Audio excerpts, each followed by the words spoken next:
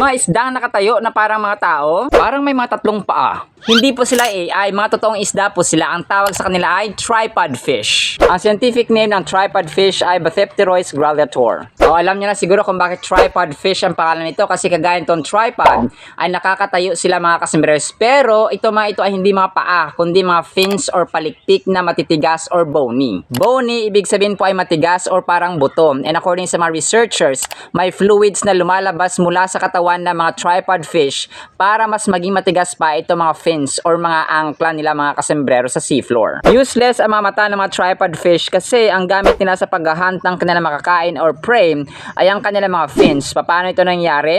Dahil nakaangkla or nakapatong sa lupa or seafloor mga kasembrero sa mga fins na ito, ay nagsisilbi itong paramdam or pakiramdam nila mga kasembrero kapag may gumagalaw na mga mabibiktima or makakain. So, parang yung sense of sight nila ay hindi gaanong gamit, but their sense of touch is. Ang mga tripod fish ay karaniwan nakatira sa more than 6,000 meters na lalim mga kasembreros ng dagat.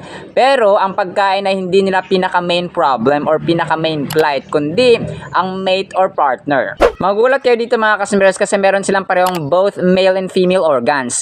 Kasi nga problema ang mating or paghanap ng partner sa ilalim ng tubig, meron silang parehong babae at lalaking organs. Kung kaya kapag hindi sila makahanap ng partner, ay magre-release lamang ng babies yung kanilang organ na ito mga kasembreros to reproduce. Muli ako si Kasembrero Dennis, ang Little Kuya Kim na nagsasabing ang buhay at ang purpose ay mararanasan natin sa Diyos. At laging tandaan, wagi at lamang ang may alam, kung kaya yan ang kalamang dapat na alam mo.